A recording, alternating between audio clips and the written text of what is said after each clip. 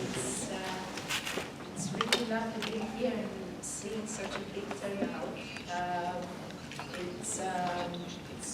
Not only the turnout, but also the young faces that fills the room with a lot of energy.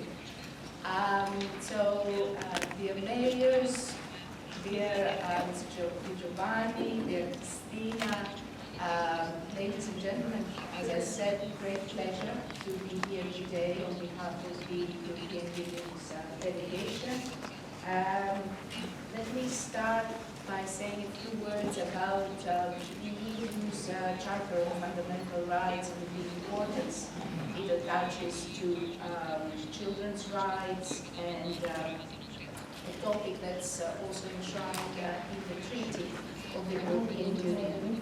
It is a point quite high on the agenda, and it's true that with so many conflicting news trying to monopolize our interest, sometimes it gets lost. But I think events recently have helped concentrate minds and bring the topic of the protection of children again quite high up on the agenda.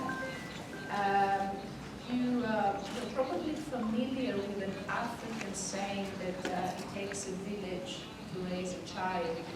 I think today's event is about a municipality, a city, raising a child.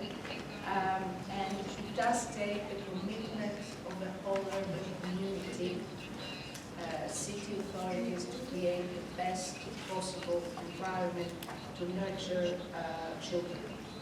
And local and regional representatives, they have special responsibilities for children, to treat them, regard them as fully fledged citizens in their own right.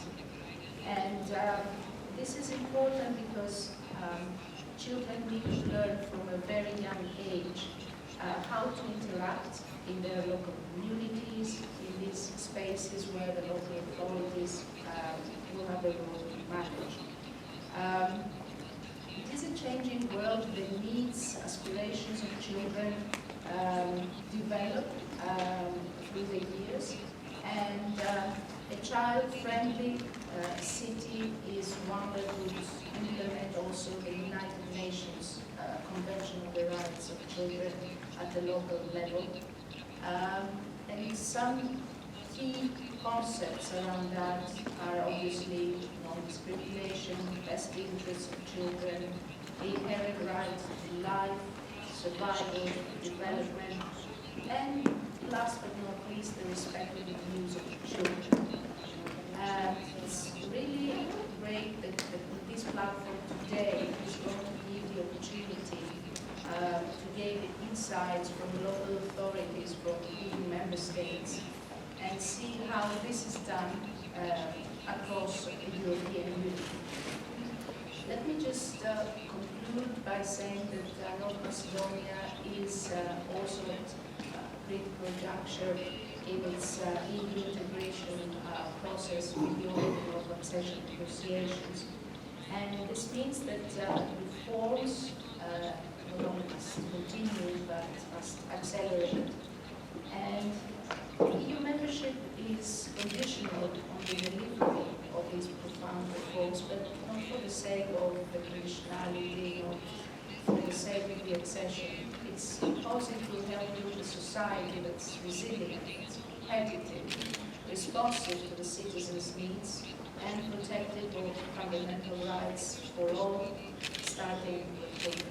So thank you very much for the opportunity to be here today. I look forward to hearing and learning.